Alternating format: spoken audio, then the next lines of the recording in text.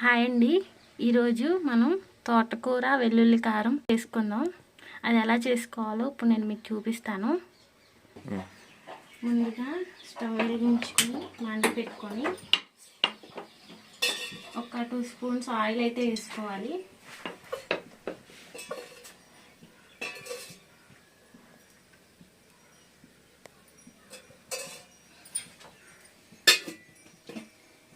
Oil heat ఎక్కాక తాలింపు దినుసులు,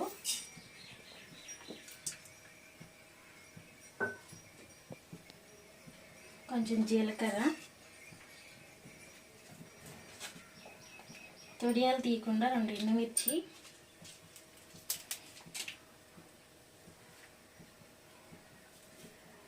వెల్లుల్లి రెబ్బలు, ఆ తర్వాత 2 గంటల కరివేపాకు,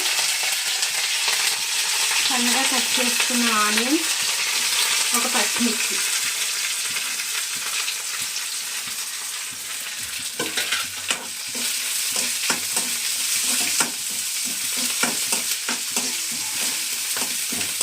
బాగా మగ్గపెట్టుకోవాలి.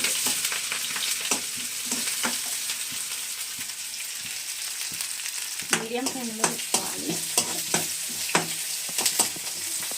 తర్వాత మనం శుభ్రంగా కడుక్కొని సన్నగా తరుక్కొని పెట్టుకున్న తోటకూర అన్నమాట.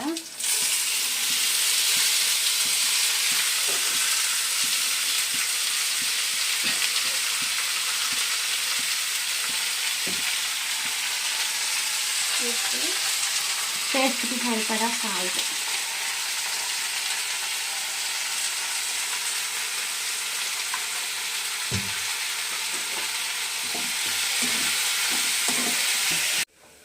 ఇది ఎలా అంటే చూద్దాం.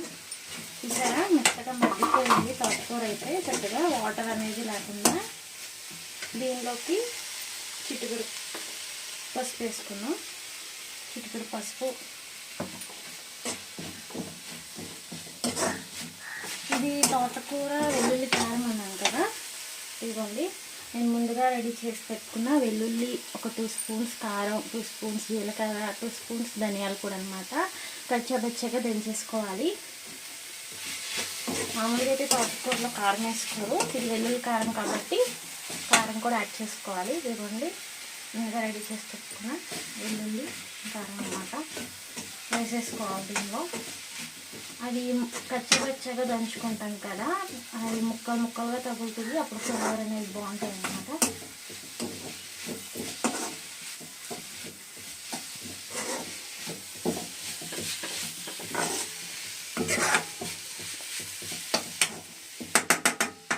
ఒక 2-3 మినిట్స్ మగ్గ పెట్టుకోవాలి. ఆ పచ్చివాసన అంతా పోయేదాకా తీసుకుందామండి. కర్రీ అయితే రెడీ అయిపోయింది. ఇంకా స్టవ్ ఆఫ్ చేసేసుకోవచ్చు.